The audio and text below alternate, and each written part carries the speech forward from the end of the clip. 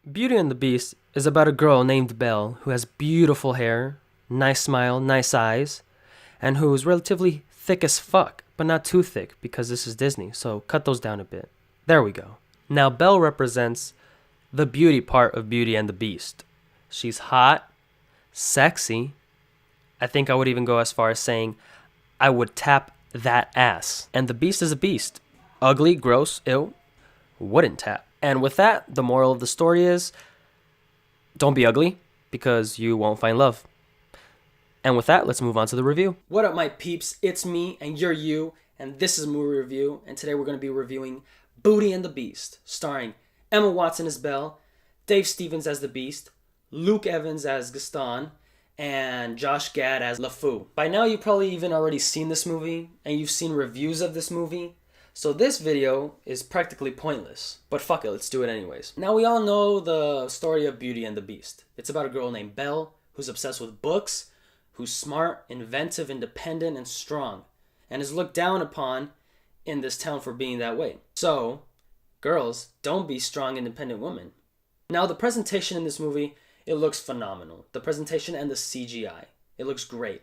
The sets, the costumes, the locations, the buildings, they all look like they were removed from the animated movie and put into this live adaptation of it. And it makes you feel like you're immersed into this little world back in the old days. And it just looks great. As for the CGI, that looks great as well. Most of the time. There's very rare cases where it kind of looks subpar or kind of weird, off-putting, but it doesn't really take away. You're not going to notice it unless you're like really staring at it. Now let's talk about the characters. My favorite character by far was freaking Gaston. Luke Evans, And I don't mean like he's hot. I mean like, he destroyed his role. His portrayal as Gaston was awesome. Every time he was on the screen, my eyes were glued to the screen. It was just so fun to look at his character, to see how much of a fuckboy he was, or wife boy. He didn't want to fuck her, Belle. He wanted to wife that. So he was a wife boy. Maybe that's how it was. Maybe like nowadays there's fuckboys, but back in the days there was wife boys. Like back in the day they just wanted to wife that. Watching Gaston and LeFou's characters interact with each other was just so entertaining and so funny to watch. By the way, LeFou's character is openly gay in this movie. And now, does that change anything? Like, fuck no. It just made it more funny and more entertaining. Because it's this short little ugly dude that loves this big manly man, Gaston, that's just like the best and all the bitches want him. I'm so big, I'm Gaston. I'm so thick, I'm Gaston. I even got a bigger dick than anyone, I'm Gaston. There's this one point where LeFou grabs Gaston's arms and they're singing and dancing, and then all of a sudden he just goes like that, twirls around, and then just lays on Gaston's chest. I would have been like, get the fuck off me, LeFou! I was just laughing so out loud because he just seemed like he was just in paradise, just laying on his chest. And it was just so hilarious. There was a very entertaining scene between Belle and the Beast in this movie. And it had to do with them in the snow, playing in the snow. Now in the animated movie, she makes a little snowball and chucks it at him. Not chucks it, but lightly throws it. She gives it a little flick of the wrist.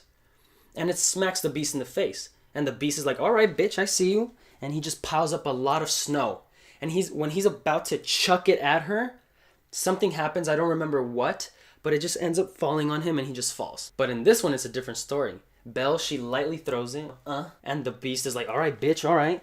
Gets a lot of snow, and then just chucks it right at her. And the next scene is just her, like, just dead right there on the ground. And I was like, damn, you could have killed her. That could have been it. The movie ends right there. You stay a beast, and the furniture dies. The furniture servants, whatever. Now, there's differences between the live action and the animated movie, because this is a live action adaptation, so obviously there's going to be differences. And you can see the differences in the songs, plot, and the characters. Now, in the live action, there's a total of 4 new songs. I believe it's 4. Don't quote me. And all 4 of those songs, they're forgettable. They didn't need to be there. Just like this video. There was one song specifically that I remember that I was just like, really? And it was the part where the Beast lets Belle go so she can be with her father. And in the animated movie, that was a very emotional scene, and you could feel it because it's like, I let you go, but I love you. but I let you go because I love you. And you felt all that lovey-dovey crap. But in this one, when he does that, he breaks out in song. He starts singing. He moves from window to window, from ledge to ledge, all the while singing and looking down as Belle is leaving the castle. I don't know if this song was long, but it felt long. Just like this video. He just kept singing and singing, and every now and then you'd see a scene of Belle just riding off into the distance on her horse. And the whole time I was just like, bitch, can you leave already? Like, you're taking forever. And it just took away the whole impact of that scene. Now, there are a couple of plot additions that are sprinkled onto this movie. And in all honesty, it works for me. In the animated movie, the prince was like 10 years old when he got cursed, which kind of makes the enchantress look like a total bitch. But in this one, we are shown that the prince, he's already an adult and he's a douchebag. So, I mean, you know, he deserves it. And I really like that they added that and they really tied that sort of plot hole, if it's even a plot hole. It's just like an inconvenience, I guess you could say. Another thing that they added in this movie is that the furniture servants, they initially die if the beast doesn't fall in love with anybody. Like in the animated version, if the beast doesn't find any love, they're still active, they're still alive, but they're just like lamps, clocks, and etc., etc. I don't know what I'm doing here. But in the live action one, they cease to exist. And I was like, damn. They also tried to explain why the servants were also cursed and not just the prince. They also added more backstory to the characters that we already know and love. In particular, Belle and Maurice, that family, and then the beast as well. Which is good because it not just gives us the surface character and then like a little backstory. It gives us the surface character and even more backstory, so we end up caring more for them. As for the characters, as I said before, the actors portrayed their characters phenomenally.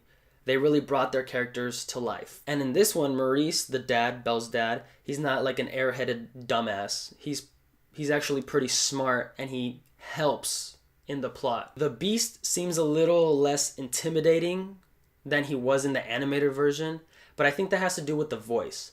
The voice in the animated movie sounded more intimidating, sounded more beast-like. And in this one, it doesn't really seem like it. Now, Gaston, he's way more villainous in this movie. And I freaking love it. It made me love him even more. No homo, though. In this movie, Gaston literally just punches the shit out of Belle's dad, knocks him unconscious, ties him up, leaves him by a tree, and waits for the coyotes to come and eat him. Yeah, that's how crazy this shit gets. It gets dark. I'm just kidding, it doesn't get that dark, but it's still pretty crazy to watch. And at this time, guys, I'm gonna rate the movie, and I rate Beauty and the Beast an 8" out of 10. It's a great movie, I had a great time, and it filled that hole in me that only a good live-action adaptation film of a classic film could fill. So slap that like button, comment below on what live-action adaptation you want to see next from Disney.